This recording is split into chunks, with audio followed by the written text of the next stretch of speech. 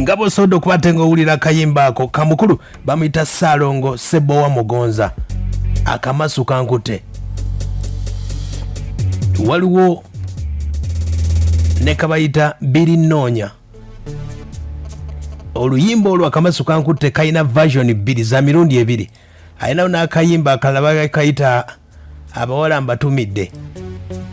Omukulu Ssebowa Mugonza ono abatamumanyi bulungi y'omu ku bayimbi abakadonkamu abakyasinze n'okuba n'oluyimba oluganzi mu kadongo kamu olwe bayita Akamasu kankute. Era Akamasu kankute ako kasobola okuba ate nga kakwata nnyo abantu omubabiro era abasinga bamanyi kayimba ako kokka. Oyinza okubabuuza abantu ab'enjawulo nti luyimba ki olwa Ssebowa Muganzi lw'omanyi lwonna, ayinza okugamba manyi Kamasu kokka. Ssebowa Muganzi nno wetwogera kadde kano omukulu ono yatufaako era nga Ssebowa Mugonza bamuzika saidi zeeyo Luweero mu katundu bakayita Busuula gye basobola okuba ate nga bamuziika omukulu oyo era nga ne mukyala we gwe bayita Joyce bamuyita Nabiserye mukyala we oyo baafa obulwadde bwaffe buno abayimbi bakadonkomu myaka gya 9 bwe bajjira era oyo omukulu oyo Ssebowa Mugonza asobola okuba ate nga ategeeza eggwanga ng'ayita mu nnyimba ze era mu kuyimbako waliwo akayimba kasobola okuba ate nga akubiriza abantu waliwo yasobola okuba ate nga ategeeza ekikangabwa Katonda kyasobola okuba ate nga atusindikira awo no n'asobola okuba ate nga ayita mu luyimba lwenkutegeezaako n'akubiriza abantu balye bye basobola okuba ate nga balya kubanga ne bw'onaazitereka abataka bajja kuba ate nga bakwawulizaako fuuti yokka bakuteekemu. Kati mu mbeera eyo Ssebowa Mugonza yafa obulwadde bwa mukenenya emyaka egyo ne mukyala we gwe bayita Joyce. Gwe kutegeezaako Ssebowa Mugonza akayimba ako ke bayita Akamasu kalina versions 2 nga bwe nkutegeezezza. Akasooka keeko kowulidde Birinoonya kafuluma mu 1992 wabula olw'okuba nti akayimba kano kakwata nnyo omubabiri abantu omukulu Ssebowa Mugonza kwe kuba ng'ayaddayo mu studio n'asobola okuba ate nga akayimba akaddamu kakuba mu bivuga ebiri updated oba ebivuga ebirungi ebyawukanako. Akayimba ka 94 ke bayita Akamasu kankute naye nga akasooka bakayita Birinoonya.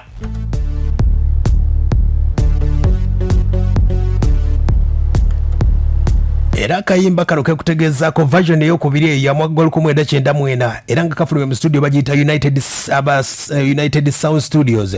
Obudde obwo United Sound Studios mwalimu omukulu bamuyita Katose Kandi obudde obwo yayambako okukwata oluyimba olwo. Katose Kandi era nga studio nyingi nyo ezaava mu United Sound Studios waliwo gye bayita HK neya Katose Kandi yennyini omukulu oyo. Kati oluyimba olwo lwakwatibwa omukulu Katose Kandi ng'akyakolera mu studio bayita United Sound Studios. Endowooza kitegedde era nga Ssebowa Mugonza yasobola okuba ate ng'aleka ennyimba ziri mu 40 plus wabula abantu bategerako ennyimba ntono nnyo nga bwe nkutegeezezza. Akamasu version ey'okubiri kwaliko ennyimba zaali 6 Birinoonya nako kwaliko ennyimba 6 ezasobola okuba ate nga zitambula era nga Ssebowa Mugonza ono gwe kutegeezaako abajjukira akayimba kakayanda mu audio. Ssebowa Mugonza y'ono eyakwata ne mukyala we driver driver yali amugulira soda ku Colini Hotel emukono bw'oba ojjukira akayimba kakayanda kati ye mukulu ono gwe bayita Ssebowa Mugonza.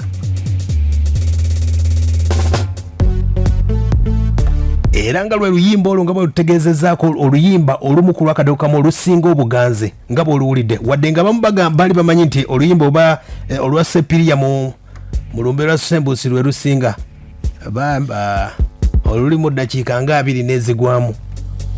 Kati oluyimba olusinga obuwanvu lwenjagala okuba ate era nga nkutegeezaako oluyimba olwo baluyita Nakatudde omukulu bamuyita Salongo Ssebowa.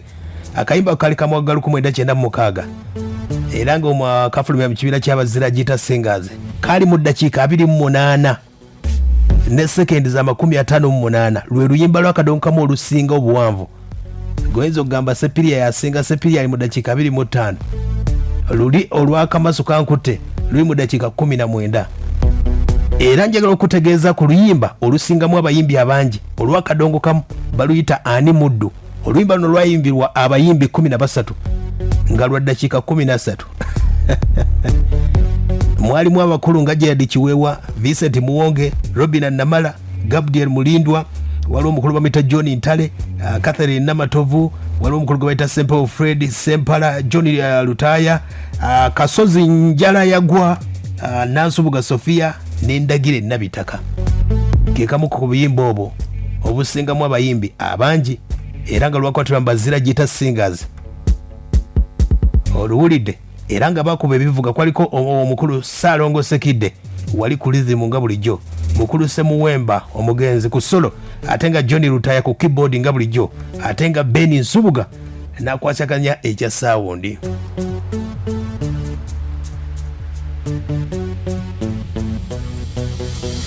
Ndowooza okawulidde embeera nga bwesobodde okuba ate ng'etambula. Abadde bagamba nti oba lw'essepiria lwe lusinga, sepiria luli mu ddakiika 25 ne sekendi za 39. Kati oluyimba olusingamu olutegedde lwa Nakatudde, olusingamu abayimbi abangi olwakadonkamu ani muddu. Abaluyimba bangi nnyo.